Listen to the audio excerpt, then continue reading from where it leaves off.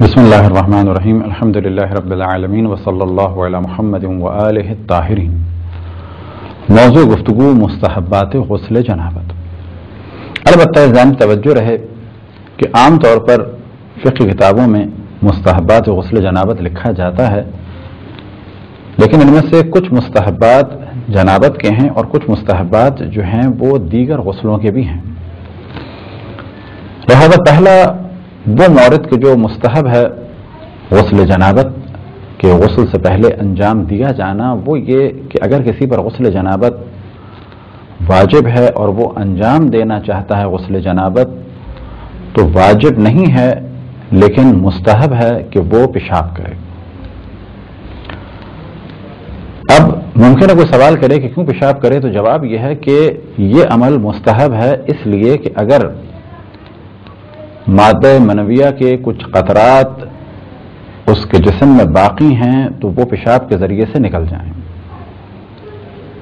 اب اگر کوئی یہ سوال کرے کہ فرض کریں کسی نے غسل جنابت انجام دے دیا اور پیشاب نہیں کیا، نماز پڑھ لی اور بعد میں اس نے پیشاب کیا اور اس دوران کچھ قطرے مادہ منویہ کے خارج ہوئے، تو وہ کیا کرے؟ تو جواب یہ ہے کہ اس کا غسل باطل ہو جائے گا، اسے دوبارہ غسل کرنا ہوگا۔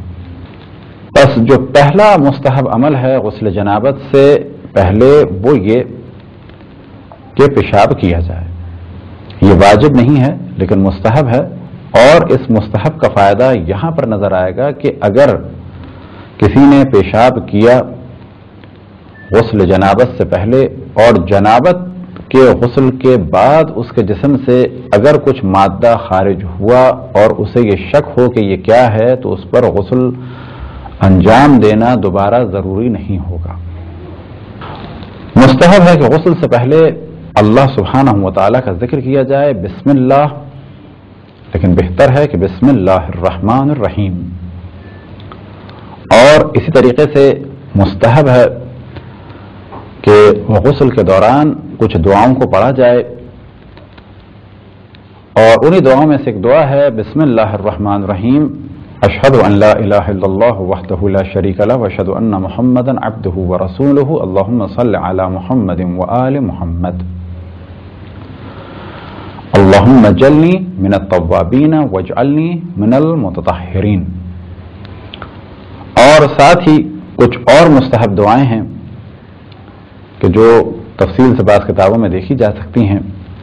اسی طرح سے مستحب ہے کہ غسل سے پہلے ہاتھوں کو دھویا جائے، اور یہ ہاتھوں کا دھونا 3 طریقوں سے روایتوں میں اور کتب فقہ میں نقل ہوا ہے۔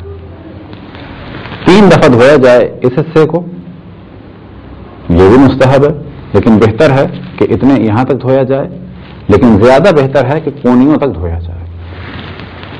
اسی طریقے سے مستحب ہے کہ 3 دفعہ کلی کی جائے، مستحب ہے کہ 3 دفعہ ناک میں پانی ڈالا جائے۔ اسی طریقے سے اگر کوئی غسل ترتیبی انجام دے رہا ہے تو مستحب ہے کہ 1 صاع پانی یعنی تقریباً 3 کلو مقدار کے پانی سے غسل کرے۔ اب اس بات کو ہم کلیئر کر دیں کہ نہانا اور صفائی الگ چیز ہے۔ بس اگر کوئی نہا چکا ہو، پاک ہو چکا ہو، تو اس کے لیے مستحب ہے کہ وہ غسل کرے 3 کلو پانی سے۔ بس نہا چکا ہے، پاک ہو چکا ہے، فرض کریں کہ اب کسی پاک جگہ پہ کھڑا ہے تو 3 کلو پانی سے غسل کیا جا سکتا ہے۔ وہ کس طریقے سے؟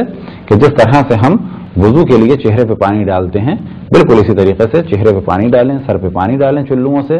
تو مستحب ہے کہ 3 کلو سے غسل کو انجام دے، اور یہ کام ہو سکتا ہے اگر اس طرح سے چلو سے پانی کو جسم پہ ڈالا جائے اور ہاتھ پھیرا جائے۔ اسی طریقے سے مستحب ہے کہ جسم پر ہاتھ پھیرا جائے غسل کے دوران۔ اسی طریقے سے مستحب ہے کہ بھووں پر ہاتھ پھیرا جائے، اور جہاں بال ہیں بالوں کے نیچے تک پانی کو پہنچانے کے لیے ہاتھ پھیرا جائے۔ البتہ بالوں کے نیچے پانی پہنچانا ضروری ہے، اور یہ موضوع پہلے بیان کر چکے ہیں۔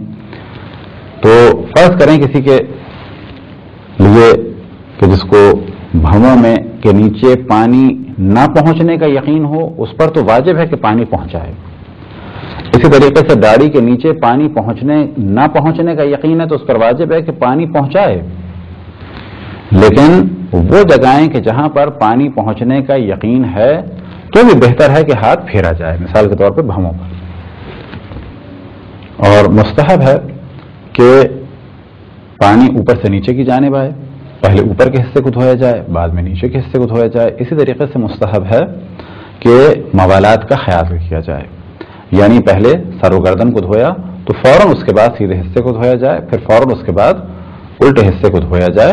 گو کہ پہلے مسائل بیان کر چکے ہیں کہ اگر فاصلہ آ جائے تو وضو میں زیادہ فاصلہ کرنے سے وضو باطل ہو جاتا ہے، موالات ضروری ہیں، لیکن غسل میں زیادہ فاصلے سے یعنی وضو کی نسبت اگر زیادہ فاصلہ ہو تو اس سے وضو باطل نہیں ہوتا۔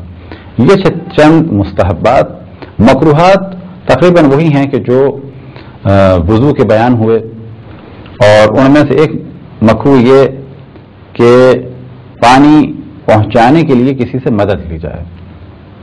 البتہ پانی خود پہنچانا ہے، جس طرح سے وضو میں پانی پہنچانا ضروری ہے، لیکن اگر پانی ڈالنے میں کوئی مدد کرتا ہے، اسی طریقے سے اگر ایسا برتن ہے کہ جس پہ سونے چاندی کی پالش ہے تو تقریباً وہی مکروہات جو وضو کے لیے بیان ہوئے، برتن یا اور چیزوں کے اعتبار سے ان تمام چیزوں سے بچا جائے۔ یہ تھے چند مستحبات اور مکروہات غسل کے۔ خداوند تبارک و تعالیٰ سے دعا ہے کہ بحق محمد وآل محمد ہمیں اپنے رسول، اپنی حجتوں، خصوصاً امام زمان علیہ الصلوۃ والسلام کی معرفت اور اطاعت کی توفیق عطا فرمائے۔ وصلی اللہ علی محمد وآلہ الطاہرین۔